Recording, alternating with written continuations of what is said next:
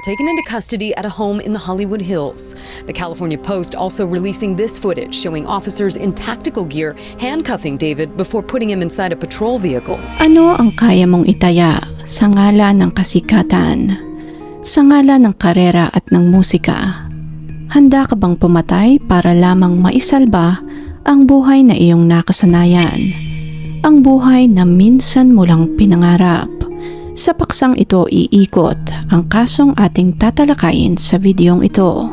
Noong September 2025, nagulantang ang buong Amerika nang matagpuan ng mga otoridad ang pira-piraso at naaagnas ng mga parte ng katawan ng isang dalagita sa likod ng isang Teslang sasakyan sa impound lot sa Los Angeles, California. Ang sasakyan na ito ay nakarehistro sa Texas sa pangalan ng multi-platinum singer na si David o David Anthony Burke. Siya ang nag-compose at nagpasikat ng kantang Romantic Homicide. Mayroon itong 2 million followers sa Instagram at 40 million listeners sa Spotify. Nasa kalagitnaan siya ng kanyang world tour nang matagpuan ng mga otoridad ang labi sa trunk ng kanyang sasakyan. Ang babaeng natagpuan sa sasakyan ni David ay si Celeste Rivas Hernandez. Ayon sa mga artikulo, naglayas ito sa kanilang bahay 14 na buwan na ang nakakalipas bago ito matagpuan sa sasakyan ng singer. Ayon din sa mga pulis, maaaring ilang linggo o buwan nang naroroon ang labi ng dalagita. Base sa mga larawan at videos na uploaded sa social media, meron silang matching tattoos ng singer na si David sa kanilang daliri kung saan nakasulat ang salitang shh na tila nagpapahiwatig na walang sino man ang dapat na makaalam sa kung anuman ang namamagitan sa kanila. Noong una ay hindi malinaw kung ano nga ba ang relasyon ng minor de edad sa singer. Ngunit sa pagtakbo ng investigasyon, nakumpirma kung ano nga ba ang papel ni David sa buhay ni Celeste. Sino nga ba ang babaeng ito at ano ang kinalaman ng singer sa pagkamatay ng dalagita? Samahan niyo ako at ating balikan ang brutal na pagkamatay ng dalagitang si Celeste sa ngalan ng kasikatan. Paunawa lamang po, ang kasong ito ay gumugulong pa rin kaya David is innocent until proven guilty. Bago tayo magsimula, nais ko lamang mag-shoutout kay Ma'am Pearl Magat na siyang nagsuggest ng kasong ito. Salamat po sa suggestion, ma'am. Kung may mga suggestion po kayo na nais nyong i-cover ko sa channel, please drop it in the comment section and we will try to get to them as soon as we can. Now, let's get back to the video. July 2022, inilabas ni David ang kanyang breakout song na Romantic Homicide. May lyrics ang kantang ito na, "In the back of my mind, you died and I didn't even cry. Not a single tear."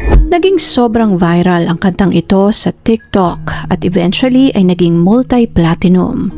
Ang kantang ito ang naging susi sa pagsikat ni David. Ipinanganak si David Anthony Burke noong March 28, 2005 sa Queens, New York. Ang kanya mga magulang ay sina Dawood at Colleen Burke.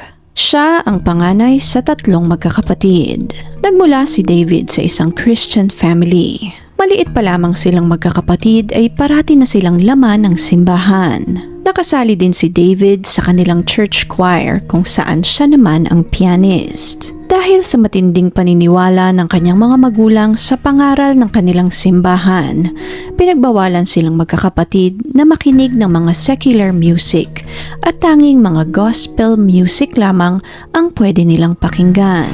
Bukod sa musika, nahilig din si David sa gymnastics at parkour. Nang tumuntong ng 13 anyos, dito na nahilig si David sa mga graphic novels at mga Japanese manga katulad ng Attack on Titan at Demon Slayer. Taong 2017, naging avid player si David ng online game na Fortnite. Dahil isang homeschooled teenager, nahanap ni David ang social support sa mga naging kaibigan at taga-suporta niya online. Dito na rin nagsimula ang mga postings nito ng mga gameplay montage sa YouTube gamit ang pangalan na Antonio. Nang sumapit ang taong 2021, sinimula ni David na magsulat ng sarili niyang kanta. Hinikayat siya ng kanyang ina na sumulat na lamang ng sarili niyang kanta dahil palaging nade-demonetize ang mga mainstream pop at mga indie songs na ginagamit niya sa kanyang mga content. At dahil nga doon, hindi siya nababayaran kahit na maraming views ang kanyang mga videos. At dito na nga ipinanganak ang kantang Runaway na kinumpos niya gamit ang BandLab app sa kanyang iPhone. Taong 2022, nagkaroon ng major break si David nang ilabas niya ang kantang Romantic Homicide. Inirecord niya ang kantang ito sa loob ng closet ng kapatid niyang babae. Nag-viral ang kantang ito sa TikTok na siyang naging daan upang magkaroon ng official release ang kantang ito noong July 20, 2022. Matapos naman ang magandang breakthrough na ito sa musical career ng binata, pumirma ito ng isang lucrative minor contract sa Darkroom and Interscope Records. Base sa mga artikulo, nakatanggap si David ng $3 million advance sa kontratang ito sa edad na 17. Patunay na talagang napakahusay nito sa kanyang musika. Nang parehas na taon, nakilala ni David ang dalagitang si Celeste Rivas Hernandez dahil na rin sa online game na Fortnite. Nang mga panahong ito, 11 years old pa lamang si Celeste at si David naman ay 16 years old. Hindi naging malinaw kung paano nagsimula ang grooming. Ngunit ayon sa mga artikulong lumabas, nagsimula ang sexual na relasyon ng dalawa ng taong 2023 kung saan 12 o 13 years old pa lamang si Celeste. Ipinanganak si Celeste Abigail Rivas Hernandez noong September 7, 2010. Mula El Salvador, nag-migrate ang kanyang mga magulang sa Amerika para sa mas magandang kinabukasan. Katulad ng mga pamilyang nagsisimula sa banyagang bansa, hindi naging madali ang lahat para sa pamilya ni Celeste. Sa katunayan, tumira din sila sa isang public housing noong 2019 hanggang 2020. Nang medyo umayos na ang lahat, nagkaroon sila ng pagkakataon na makakuha ng bahay sa Lake Elsinore, California. Si Celeste ang bunso sa magkakapatid at kahit na mahirap ang buhay, siniguro ng mga magulang niya na puno ng pagmamahal ang kanilang tahanan. Palagi nilang sinasabi sa kanilang mga anak kung gaano nila kamahal ang mga ito. Nagkaroon din sila ng tradisyon sa kanilang pamilya kung saan nanonood silang mag-anak ng pelikula tuwing Biyernes kapag tapos na ang eskwela at pahinga na ang lahat. Kilala si Celeste bilang mabait, magalang, matalino at mapagmahal na teenager sa kanilang eskwelahan at komunidad. Subalit nagbago ang lahat nang makilala ng dalagita ang binatang si David Burke. Katulad ng nabanggit kanina, nagkakilala si David at Celeste dahil sa online game na Fortnite. Naging napakalaki ng impluwensya nito sa buhay ng dalagita na siyang nagtulak dito na maglayas at iwanan ang kanyang pamilya. Taong 2024, ilang beses na nai-report sa mga pulis ang kanyang paglalayas. Unang nai-report sa mga pulis ang kanyang pagkawala noong February 14, 2024. Ipinost pa ng kanyang ina ang kanyang paglalaya sa Facebook, humihingi ng tulong sa mga nakakakilala at kaibigan ni Celeste. February 17, napag-alaman ng mga pulis na nakikipag-usap ang dalaga sa singer na si David. Tinawagan nila ang singer, ngunit sinabi nito na isang beses pa lamang niyang nakita ang dalagita. Pagsapit ng February 19, naibalik ang dalagita sa kanilang bahay at para matigil na ang koneksyon nito sa singer, kinumpiska ng kanyang mga magulang ang telepono ni Celeste. Kumalat naman ang mga larawan ng singer kung saan makikita na binabayaran nito ang isang kaklase ng dalagita ng $1,000 upang i-deliver ang bagong telepono na binili niya para sa dalagita nang sa ganon ay maipagpatuloy nila ang kanilang relasyon. Subalit nang sumapit ang March 19 ng parehas na taon, muling inireport ng pamilya ng dalaga na nawawala muli si Celeste. Nakita itong tumatakbo malapit sa tindahan ng alak bandang 7:00 ng umaga. Hindi naman nagtagal, bumalik din ang dalaga sa kanilang bahay. Hanggang sumapit ang April 5, 2024. Naulit na naman ang paglalayas ng dalagita at ito na nga ang huling beses na nakita siyang buhay ng kanyang pamilya. Matapos ang pagkawala ni Celeste, ginawa ng kanyang pamilya ang lahat upang mahanap siya. Hinalughog nila ang buong komunidad. Kinuha ang mga surveillance footages mula sa mga local businesses. Namigay ng mga flyers, nagpaskil ng mga posters sa buong Lake Elsinore. Nagmakaawa sa mga kaibigan para sa impormasyon, ngunit walang makapagsabi kung nasa saan ang dalagita. Umabot ng halos 14 na buwan ang paghahanap na ito.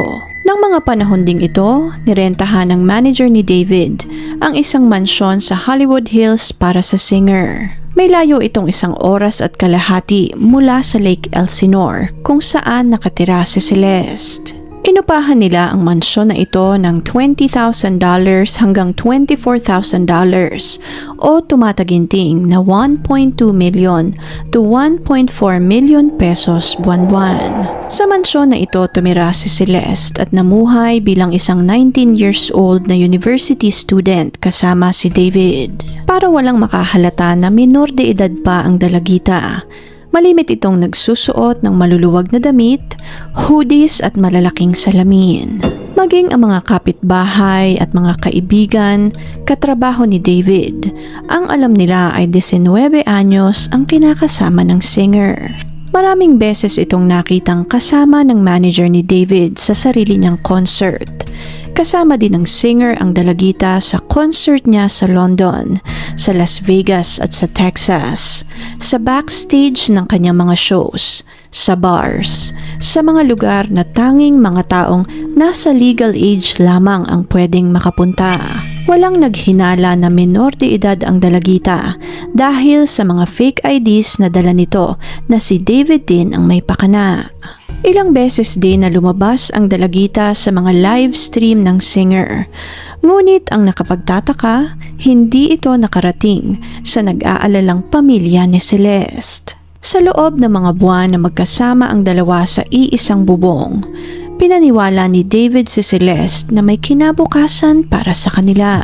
Maraming ebidensya online na magpapatunay na tila solido ang namamagitan sa dalawa. May mga larawan na lumabas kung saan may suot si Celeste na isang engagement ring. Sa palasinsingan kung saan nakatattoo ang pangalan ng singer. Kasama at kilala si Celeste sa mundong ginagalawan ni David. Ngunit tila may katapusan at hangganan ang papel niya sa yumayabong na mundo ng kasintahan. Hanggang sumapit ang Abril ng taong 2025 kung kailan naging mas magulo ang lahat. Base sa mga kopya ng kanilang text messages, nag-away ang dalawa dahil sa pangangaliwa di umano ng singer. Nagalit ang dalagita dahil nahuli niya na may iba pa itong kausap na babae, kaya't pinagbantaan niya ang singer na ibubunyag niya ang kanilang relasyon sa publiko. Kung gagawin nga ni Celeste ang kanyang banta, maaaring masira ang pangalan ni David at mabulilyaso lahat ng kanyang pinaghirapan. Kabilang na dito ang release ng kauna-unahan niyang album, pati na rin ang nalalapit niyang world tour. Kasunod ng usapang ito sa text, nag-book si David ng Uber para sa dalagita papunta sa kanyang mansyon sa Hollywood Hills. At dito na nga naganap ang pamamaslang sa dalagita. Ayon sa mga court records, napaslang si Celeste bandang 10:10 ng gabi. Ilang minuto lamang pagkatapos nitong dumating sa mansyon ng singer. At kahit naroroon naman na sa bahay ni David si Celeste, tinext pa ito ng singer ng "Where Are You" bilang cover-up. Matapos naman ang pamamaslang, nag-drive ang singer papuntang Santa Barbara County upang itapon ang mga gamit ni Celeste, kabilang narito ang kanyang passport at mga ID. Natagpuan naman ng isang Caltrans worker ang mga gamit na ito makalipas ang isang buwan. Nang sumunod na araw, April 24, nagpatuloy ang buhay ng singer na parang walang nangyari. Nagpaunlak pa ito ng isang interview sa isang radio station. Makalipas naman ang 2 araw, dito na isinapubliko ng singer ang kanyang debut studio album na pinamagatang Withered. Ipinagpatuloy ni David ang pagpopromote ng kanyang album at tour na para bang normal lamang ang lahat. Habang patuloy naman ang pagsikat ng singer, hindi nito nakalimutan na kailangan pa niyang idispatcha ang labi ni Celeste. Na mga panahong ito, nasa trunk ito ng kanyang sasakyan. Base sa history ng kanyang online purchases, umorder ang singer ng isang pala mula sa Home Depot noong April 24. Nang sumapit naman ang May 5, i-deliver ng Amazon sa kanyang bahay ang isang body bag, laundry bags at isang kulay asul na inflatable pool.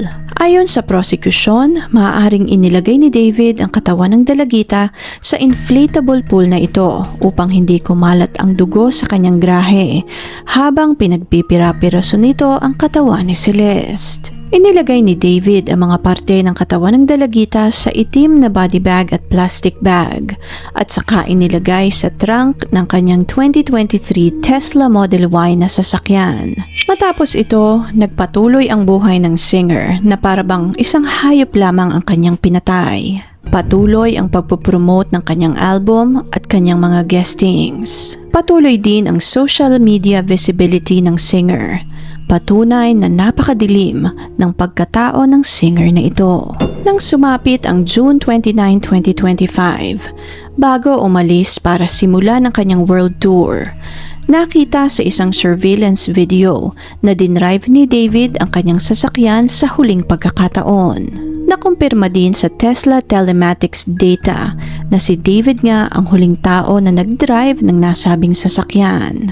Ipinark at iniwan ng singer ang sasakyan sa isang public street sa Hollywood Hills. Dahil ilang linggo na ngang abandonado ang nasabing sasakyan, na-impound ito kalaunan at nato sa isang tow yard sa Hollywood Hills. Ngunit dahil sa masangsang na amoy na nanggagaling sa trunk, napilitan ang mga trabahador ng tow yard na tumawag ng pulis upang malaman kung saan nanggagaling ang masangsang na amoy. At dito na nga natagpuan ng mga pulis ang labi ng dalagita. Dito na rin nakumpirma ng mga pulis na ang sasakyang ito ay nakarehistro sa Texas sa pangalan ng singer na si David Burke o D4VD.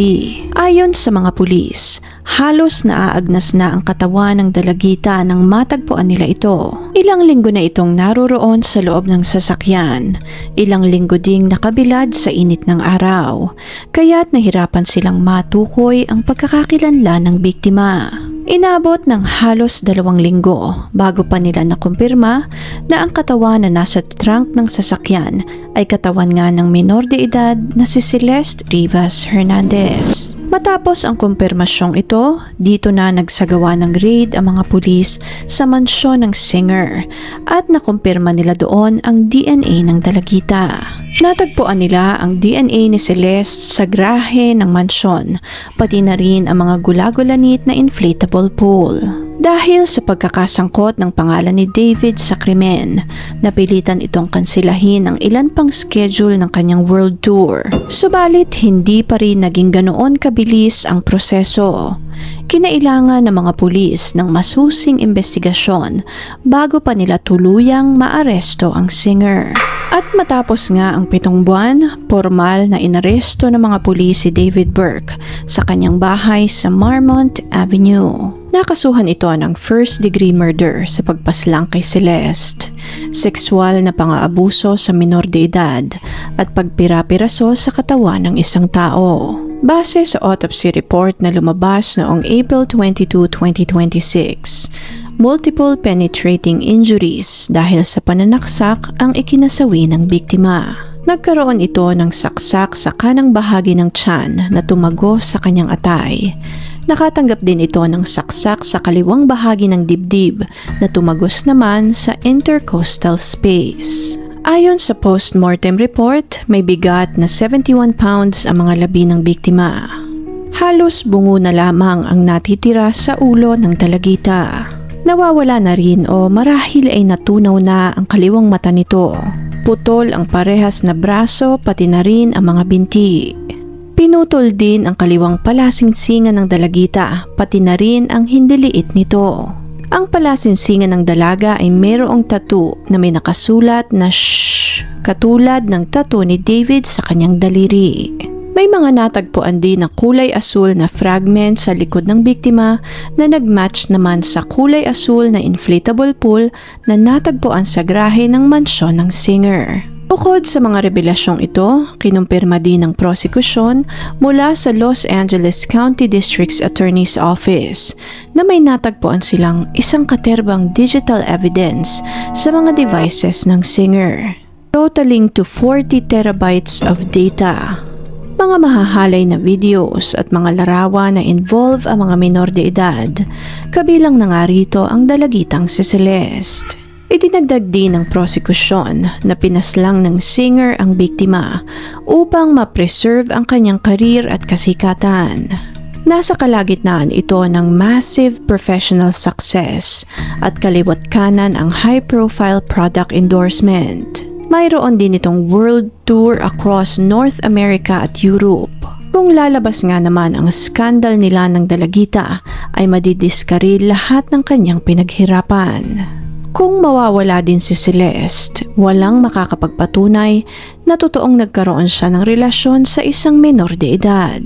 Maaaring marami ding nalalaman ang dalagita tungkol sa iba pang nakarelasyon nitong minor de edad, kaya't kung mawawala ito ay wala na siyang dapat pang alalahanin at maaari pa niyang maipagpatuloy ang lahat ng kanyang kamunduhan. Idinagdag din ng prosekusyon na pinutol ni David ang mga daliri ng dalaga upang burahin lahat ng koneksyon nito sa kanya.